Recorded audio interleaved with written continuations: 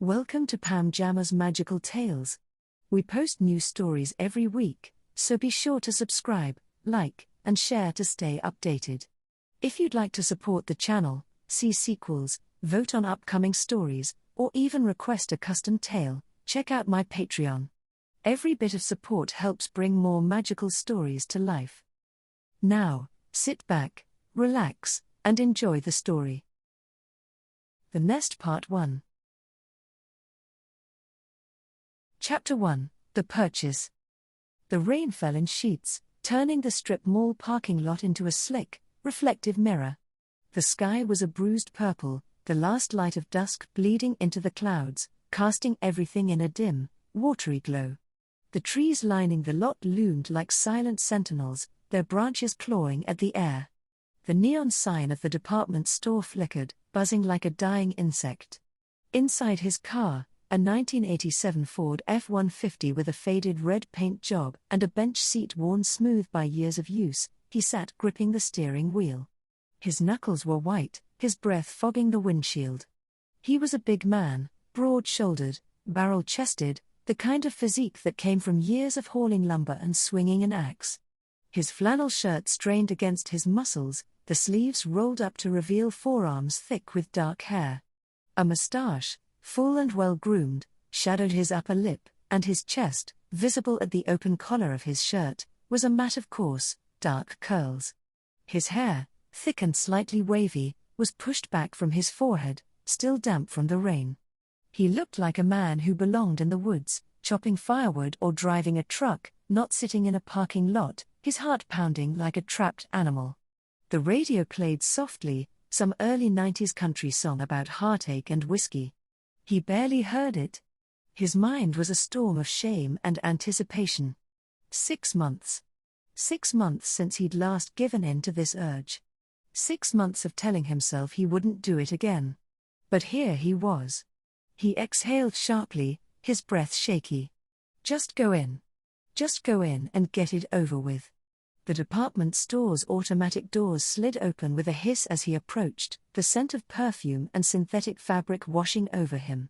He kept his head down, his ball cap pulled low, as if that could hide what he was about to do.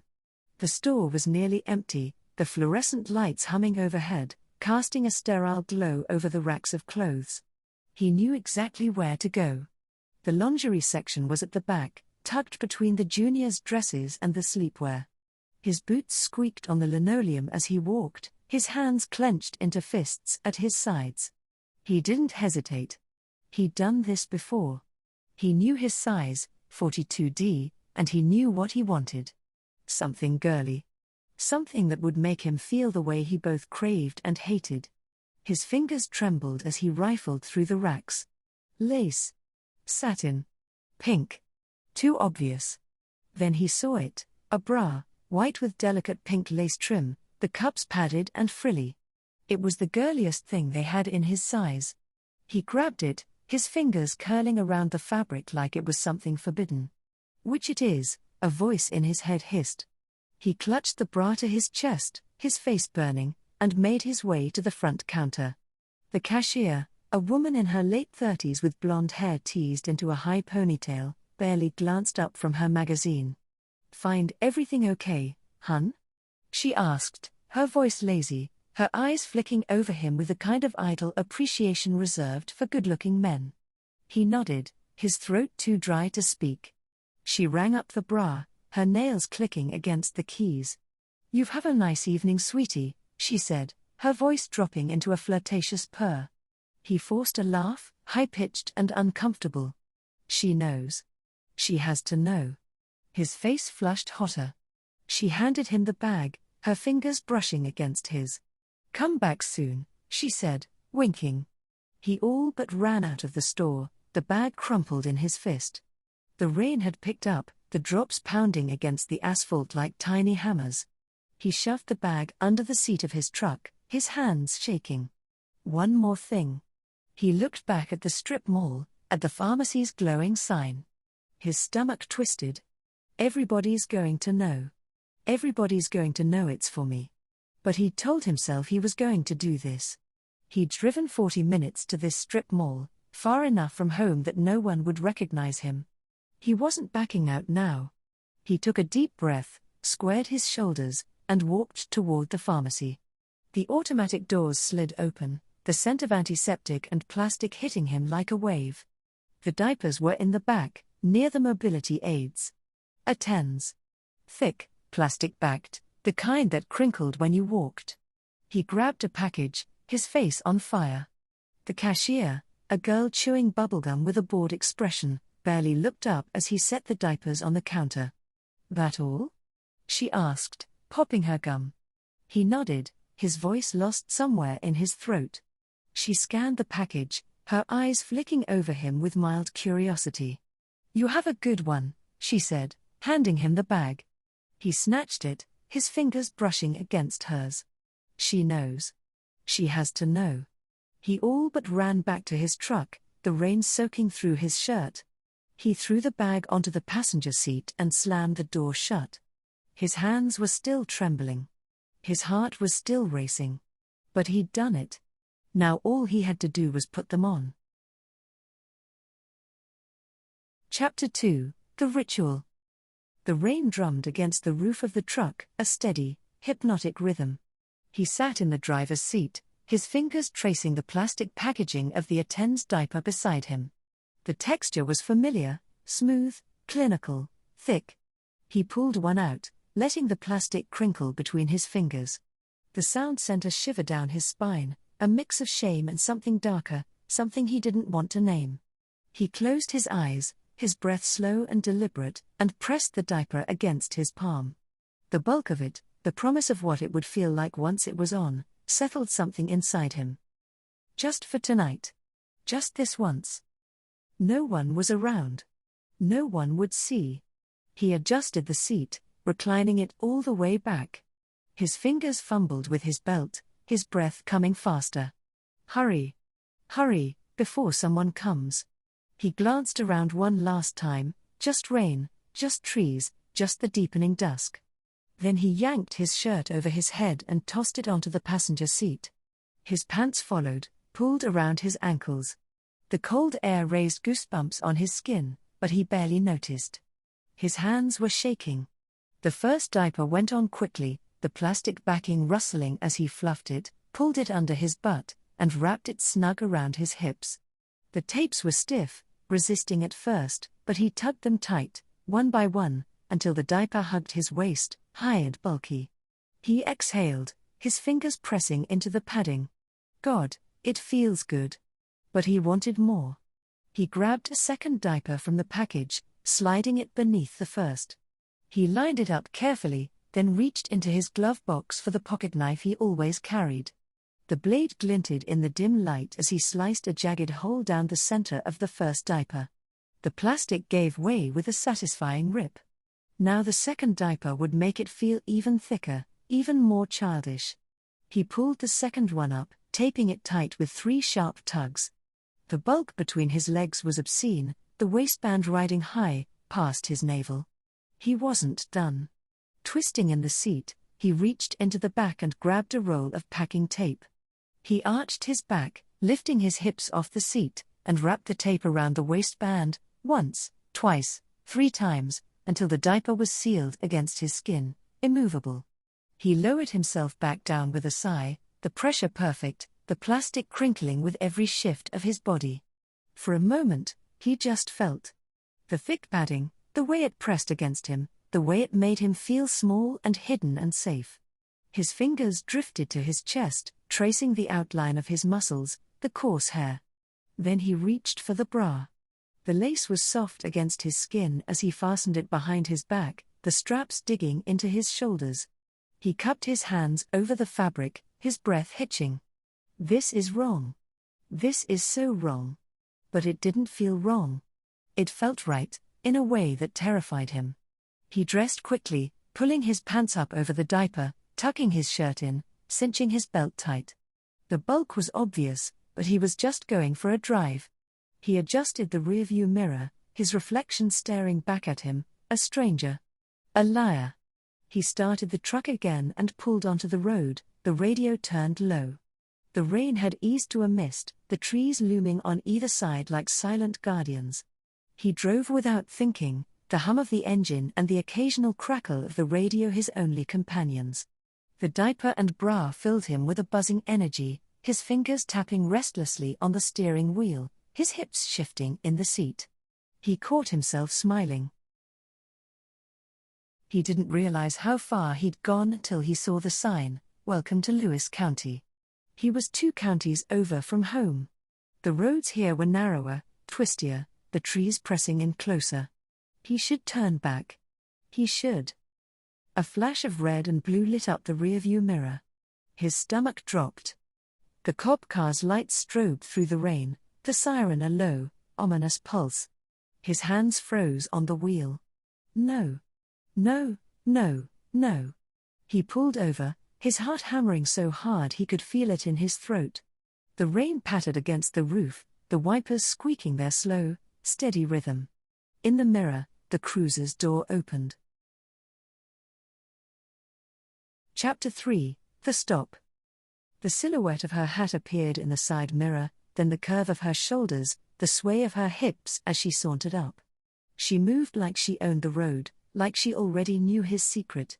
The rain hissed around them, the trees looming like silent witnesses.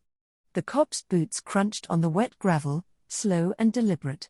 The beam of her flashlight cut through the rain, sweeping over the back seat, the dashboard, the attends, half hidden but not hidden enough. The flashlight lingered on them for a second too long. His stomach lurched. His hands clenched the wheel. I never do this. I never let myself. 6 months. 6 goddamn months, and now, tonight. She tapped on the window. He rolled it down, the cold air rushing in. The flashlight hit his eyes, blinding him. All he could make out was the shape of her, tall, confident, her uniform stretched tight over her frame. Her voice was low, no nonsense. Evening. You know how fast you were going? His throat was sandpaper. No, officer. The light didn't waver. It stayed fixed on his face, but he caught glimpses, dark hair cut to a severe bob, sharp cheekbones, lips painted a bold, unapologetic red. Her makeup was flawless, smoky eyeshadow, mascara, the kind of precision that took time. License and registration. He handed them over, his fingers trembling. The flashlight beam dropped, skimming over his chest, his waist, the bulge of the diaper under his jeans. His face burned. She knows. She has to know. She didn't say a word. Just studied his ID, then shone the light around the cab again. The beam once again catching the opened package of diapers on the floor. Step out of the car, sir. His pulse spiked. Is there a problem? Her hand rested on her holster. Step out. He obeyed, his boots splashing in the puddles. The rain soaked through his shirt, the cold air raising goosebumps on his arms. She directed him to the hood, her voice leaving no room for argument. Hands on the vehicle. His mind raced. She's going to frisk me. She's going to feel it. His palms pressed against the wet metal, his breath coming in short, sharp bursts. Her hands were firm, methodical. She patted his shoulders, his arms, then, oh God, his chest. Her fingers lingered on the bra straps, tracing the fabric under his flannel.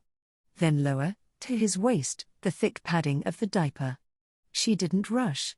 She explored, pressing her palms against the front, the back, the tapes digging into his skin. His face flushed hotter.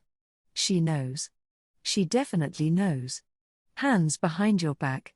What is this about? His voice cracked. Hands. Behind. He complied.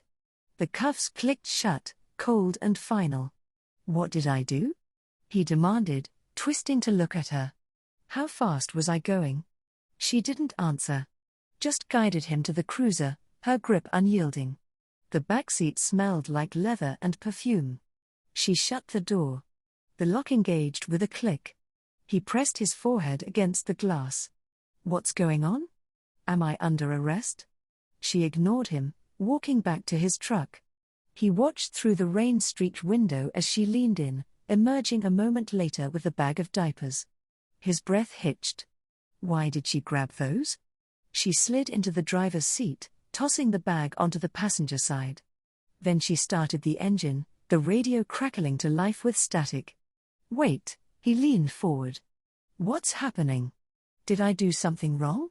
She adjusted the rearview mirror, her red lips curling into something that wasn't quite a smile.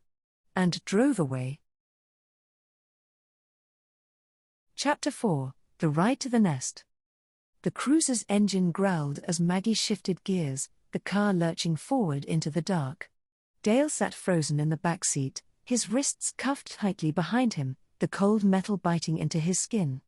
The cage between the front and back seats loomed like a barrier, a reminder of how trapped he was. He tugged at the cuffs, but they didn't budge. His fingers twitched, useless. The brass straps dug into his shoulders, the lace itching against his skin. He could feel the bulk of the diapers pressing against his waist, the plastic crinkling with every shift of his body. Trapped. He was trapped in his own clothes, trapped in this car, trapped in whatever twisted game this cop was playing. The handcuffs pinched his wrists, the cold metal a constant reminder of how helpless he was. He couldn't adjust the bra. He couldn't loosen the diapers. He couldn't escape. Maggie's voice cut through the silence, low and amused. What are the odds, huh? Dale's breath hitched. Odds of what? She didn't answer, just shook her head and chuckled to herself. The sound grated against his nerves, her amusement making his shame burn hotter. Your secrets, she said, glancing at him in the rearview mirror. I mean, really? A diaper and a bra? You have no idea how perfect that is. His face flushed. He wanted to shrink into the seat, to disappear. But there was nowhere to go. The cuffs held his arms rigid behind his back, the bra straps cutting into his skin, the diapers thick and unyielding under his jeans. He could feel the packing tape digging into his waist, the plastic of the attends rustling with every movement. She knows. She knows, and she's laughing at me. Maggie reached for the CB radio, her fingers tapping the button. Bluebird, you copy? A woman's voice crackled through the static. Loud and clear, Rockin' Robin. What's up? Need a pickup on Route 17, half-mile past the old mill. Vehicle's a red 87 F-150. Drop off at the nest. 10-4. Dale's stomach twisted. The nest? What the hell is that supposed to mean? He leaned forward, pressing his forehead against the cage. Where are you taking my truck? Where are you taking me? Maggie didn't answer. She just laughed again, a soft, mocking sound. Diapers and a bra. What are the odds? The road stretched on, winding deeper into the woods. The trees pressed in on either side, their branches clawing at the windows. The headlights cut through the darkness, illuminating nothing but more trees, more dirt, more isolation. How long have we been driving? 20 minutes? 30? It felt like hours. The radio crackled with static, the occasional burst of voice too garbled to understand. The air in the car was thick, stale, the scent of leather and Maggie's perfume, something floral with a hint of rot, filling his nose. He shifted again, the diapers crinkling loudly. His face burned. She can hear that. She can hear everything. The road twisted, the cruiser's tires crunching over gravel. The trees seemed to close in around them, the darkness pressing against the windows. No houses. No people. No help. Just the endless, suffocating woods. Finally, the trees parted, revealing a long, rutted driveway. At the end of it, two trailers sat side by side, their windows dark, their metal sides gleaming dully in the headlights. Two massive mastiffs stood at attention, their muscles coiled, their eyes reflecting the light like polished glass. And between them, a woman. She was dressed like something out of a 1950s homemaking magazine, a high-waisted dress with a full, flowing skirt, a crisp white apron tied around her middle, her hair perfectly coiled. But her face. It wasn't her face. It was a mask. A Halloween mask. Porcelain skin, rosy cheeks, a wide, painted smile. She stood perfectly still, Her gloved hands folded in front of her, as if she'd been waiting for them. Maggie killed the engine. The sudden silence was deafening, broken only by the distant howl of the wind and the low, menacing growls of the dogs. Dale's breath came in short, sharp bursts. The cuffs dug into his wrists. The brass straps bit into his shoulders. The diapers pressed against his skin, thick and inescapable. What the hell is this place? Thanks so much for watching today. We hope you enjoyed this week's story and found it relatable, enjoyable, or just a little comforting. Remember, we post new videos every week, so if you haven't already, make sure to hit that subscribe button and turn on notifications so you never miss an update. If you found this helpful or know someone who might, don't forget to like the video and share it with your community. Your support means everything and helps us keep creating content just for you. And if you'd like to see sequels, vote on upcoming stories, or even get a custom tale made just for you, check out our Patreon. Every bit of support keeps the magic alive. Until next time, take care and stay true to yourself.